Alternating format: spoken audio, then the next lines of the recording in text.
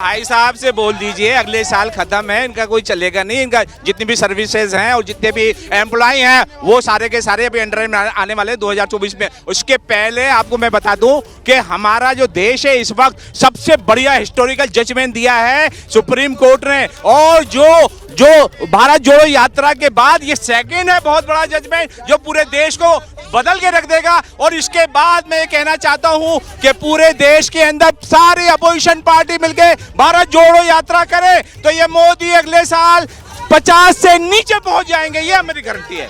अच्छा ठीक है, सुनिए भाई, हम आपसे ट्विटर में लगातार सवाल पूछ रहे हैं। और क्या पूछ रहे हैं कि आज सुप्रीम कोर्ट के फैसले के बाद इंडिया मतलब समझ रहे हैं क्या? हाँ, ये महागठबंधन को फायदा होगा या नहीं? बहुत बड़े पैमाने पर लोग वोट कर रहे हैं और वोट का क्या प्रतिशत है ये भी बताऊंगा, और किसने क्या लिखा है ये भी बताऊंगा। जल्दी से जाइए एबीपी न्यूज़ के ट्विटर हैंडल पर और आप क्या कहना चाहते हैं कमेंट कीजिए। लेकिन अभी मुझे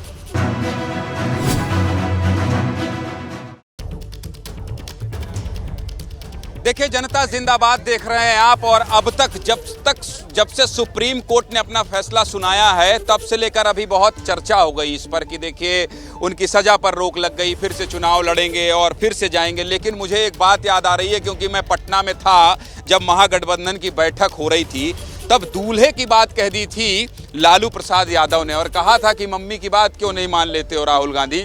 जब हम मिलते थे तो तुम्हारी मम्मी बहुत कहती थी कि राहुल को मनाओ कि वो शादी कर ले। लेकिन उस दूल्हे का अर्थ और मायने बहुत अलग राजनीतिक निकाला गया था।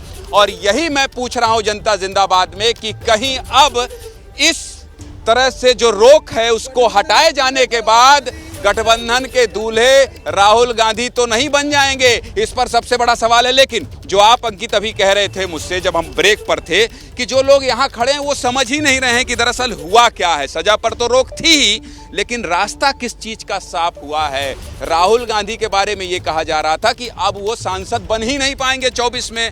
उस पर क्या है विशेष टिप्पणी, अंकित समझा दीजिए जनता को सरल शब्दों में। देखिए ज्ञानेंद्र, ये जो फैसला आया था जिसमें उनको दोषी करार दिया गया था और सजा हुई थी 2 साल की, उसके बाद से जो उनकी सदस्यता गई थी, तो सिर्फ ये सदस्यता ही नहीं गई थी, 2024 के चुनाव लड़ने पर भी सवाल खड़ा हो गया था। अब रुकिए, ये क्या कह रहे हैं अंकित गुप्ता सुप्रीम कोर्ट से क्या खबर लेकर आए हैं कि 24 में भी चुनाव नहीं लड़ सकते राहुल गांधी।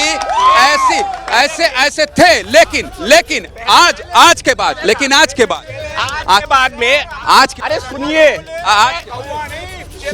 2024 के चुनाव लड़ने पे सवाल थे, लेकिन आज के सुप्रीम कोर्ट के फैसले के बाद में वो जो शंका थी वो दूर हो गई है।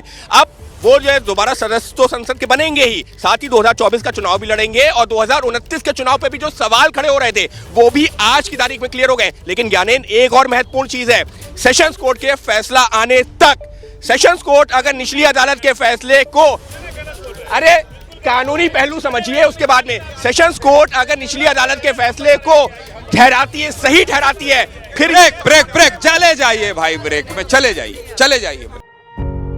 पत्रकारिता कोई इमोशन नहीं है, ना अपना कोई ज्ञान देना है और ना कोई विचार थोपना है। पत्रकारिता क्या है?